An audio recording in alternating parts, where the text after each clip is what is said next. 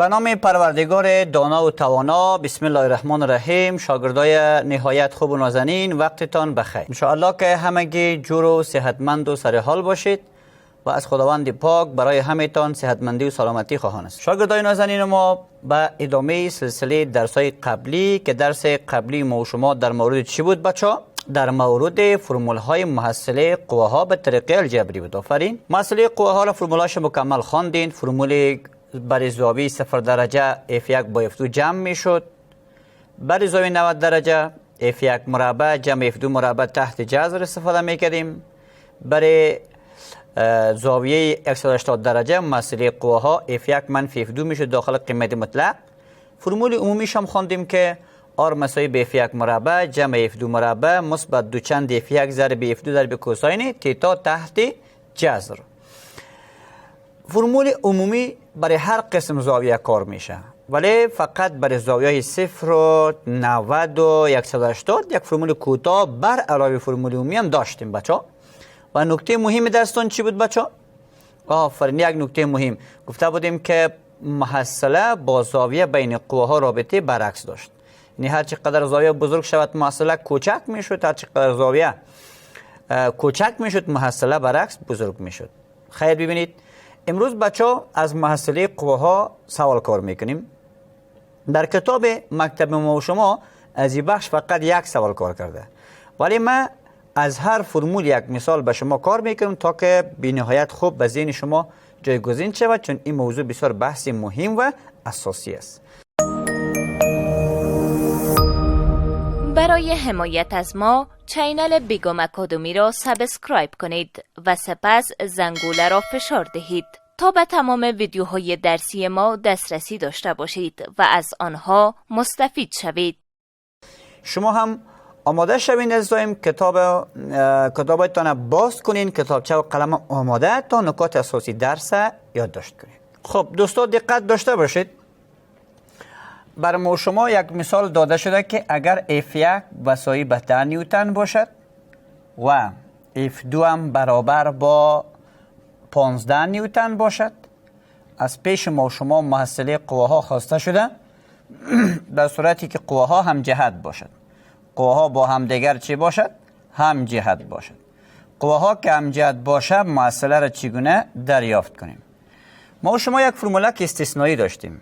در فرمول گفته بودیم که محصله قواها برای دریافت زاویه بینشان 0 درجه باشد، قواها با هم جهت یا موازی می باشد.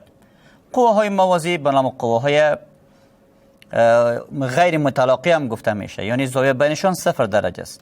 یا بگن قواهایی که زاویه بینشان 0 درجه باشد به نام قواهای موازی یا غیر متلاقی هم یاد میشد. خب اجزا برای حل ازی نشته کرده میتونیم R مساوی به F1 به سوال داده شده برابر با 10 نیوتن مثبت F2 داده شده 15 نیوتن، اردویشان جمع میکنیم مساوی به 10 و 15 میشه 25 واحدش نیوتن. پس محصله قواها برابر با 25 نیوتن. یک مثال شماره دومی شاگردا اینه. به دومی به همین قسم برای ما شما دو تا قوه را میته. فرض مثال میگه F1 به اندازه 6 داین باشد و F2 به اندازه 8 داین باشد. شما محصله قواها را پیدا کنید در صورتی که قواها با هم عمود باشد. قواها با هم چی باشد؟ عمود باشد.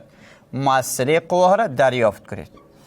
شما میفهمیدین که زمانی که قواها با هم عمود باشد زاویه بینشان 90 درجه می باشد. پس فرمولی برای زاویه 90 درجه یک فرمول کوتاه در کتابتان بود F1 مربع جمع F2 مربع در تحت جذر. قیمت گذاری میکنیم در اینجا.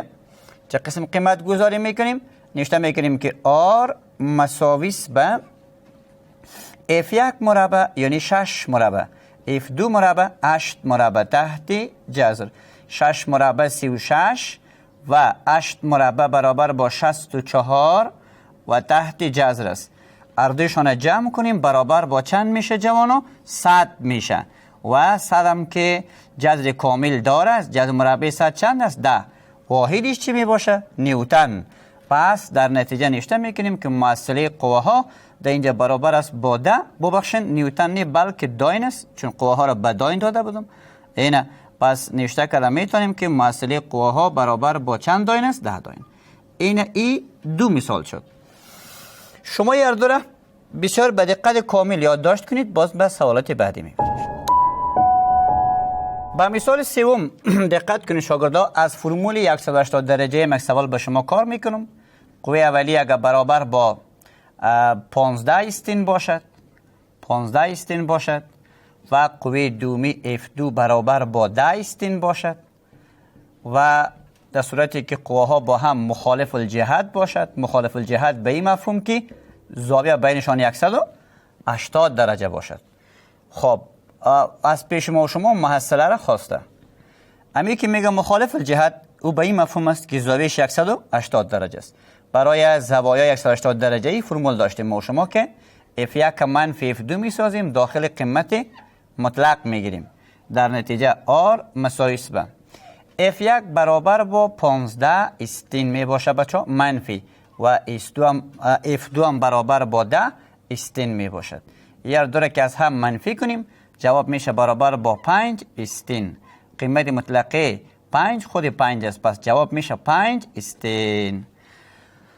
شاگردا محصله قواها را دیدیم که برابر با 5 استین شد. این راجع به فرمول 180 درجه ای بود. و یک سوال در کتاب مکتب ما شما داده، این شماره میزنیم، شماره 3 باشه، شماره 4 سوال کتاب مکتب 4 گرفتیم. در کتاب یک مثال گفته بچه، یک مثال جوابگو نیست، کم است، ولی باز اشکالا را داده. اشکالا را باز در تمرین خودتان کار میکنین، کل خارگیتان هم را باز براتون خواهد دادم. سوال 4 گفته اگر F1 برابر با 5 نیوتن باشد و F2 برابر با 4 نیوتن باشد، در صورتی که زاویه بین قواها 45 درجه باشد، از پیش ما شما محصله قواها را خواسته که برابر با چند میشه. خب اگرچه در کتاب شما ایره F1 گفته F2 مشکل نداره بچه، ایره F2 بگیرین، ایره F1، چون که در فرمول در اون قسمت جمع و ضرب کار شده، ام به جمع خاصه تبدیلی است، ام به ضرب. در شما دیگه کدام تشویش نکنید. F1 4 نیوتن، F2 5 نیوتن، زاویه 45 درجه.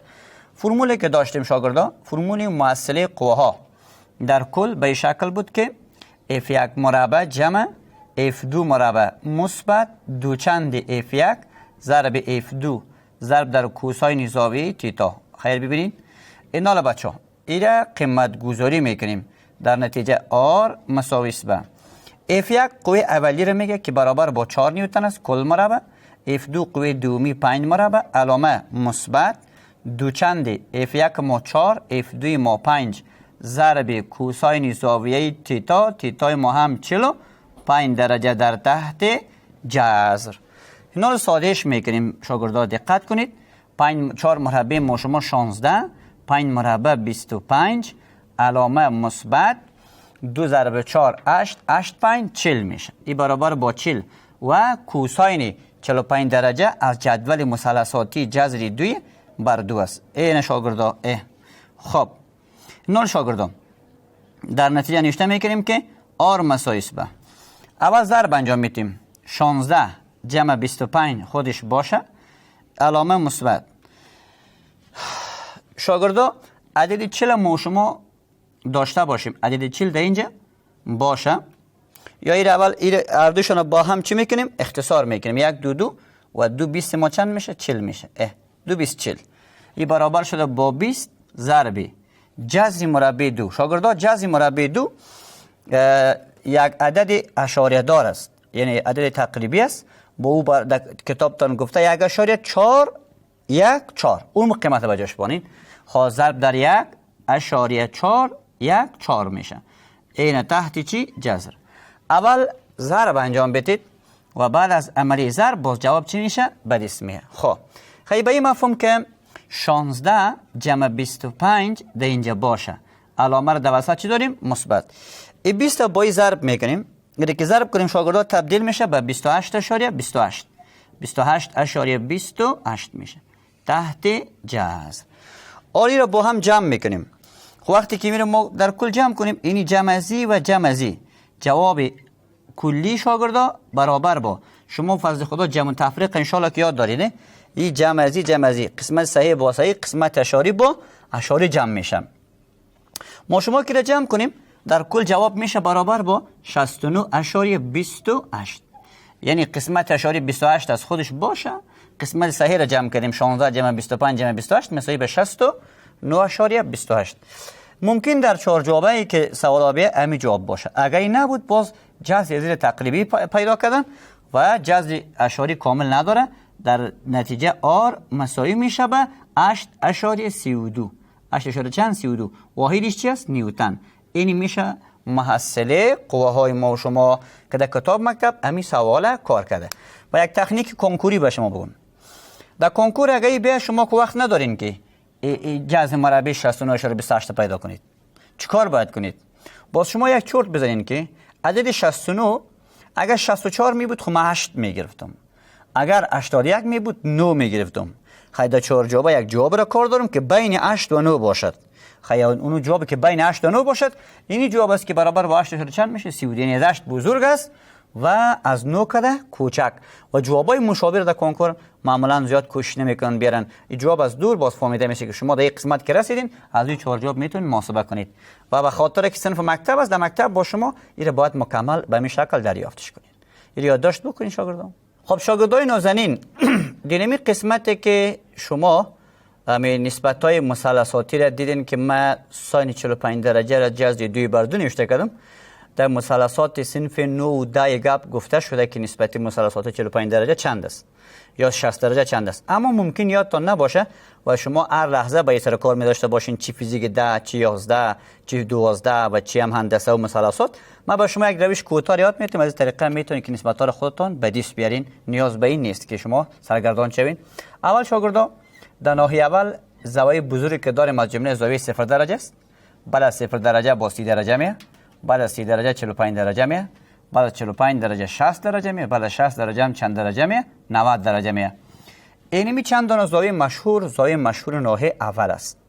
برای دریافت نسبت‌های از چی کار میکنید؟ اول این شماره بتین. بگین از 0 شماره بتین. شماره 0 است، شماره 1، شماره 2، شماره 3، شماره 4. و به خاطر از اینکه ما 4 ناحیه داریم، هر ناحیه ما 90 درجه است. این چون ناحیه اول است تقسیم 4 میکنیم. ایرام تقسیم 4، ایرام تقسیم 4، ایرام تقسیم 4، ایرام تقسیم 4 و ایرام تقسیم 4 میسازیم.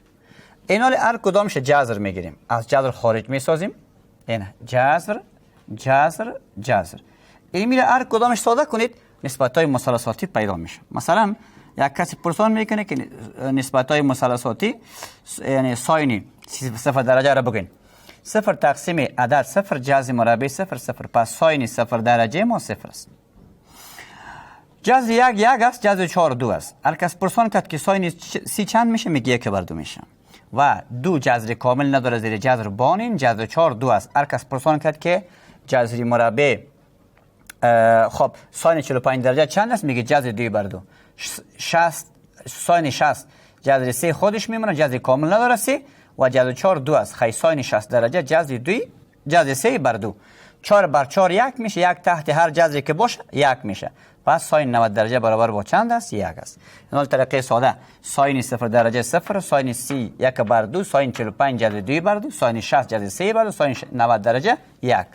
اگر کوساین پیدا کردید سرچپه موضوع کار کنید. سرچپه موضوع اینجا نوشته کنید کوساین 90 درجه را کس پرسان کرد بگو به اندازه ساین 0 است. بعد از این چند بگیرید 60 کوساین 60 درجه که بر 2. بعد از 60 چند بگیرید 45 کوساین 45 جذر 2/2.